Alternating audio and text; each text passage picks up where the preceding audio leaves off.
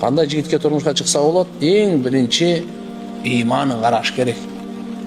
Кулк мүнөзүн караш керек. Риваяттарда келет, иманы, кулк мүнөзү жакшы болсо, кыздарыңарды бергиле деген. Карма отура бербегиле деген. Карма отура берсеңер, фитнанын башына часаңар деген. Ошон үчүн иманы жа кулк мүнөзү.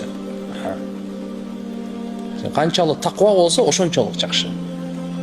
Хасан Басри рахматуллахи алейхи келип сураганда, менин кызыма жуучулар келип атат, кимге берейин дегенде, ошо кишиге насаат айткан экен, эң таквасына бере бериң.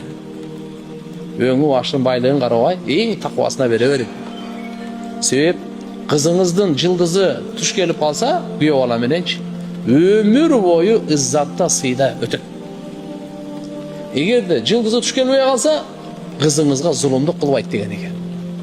Өсө таква адам бирөөнүн кызына зулумдук кылбайт экен.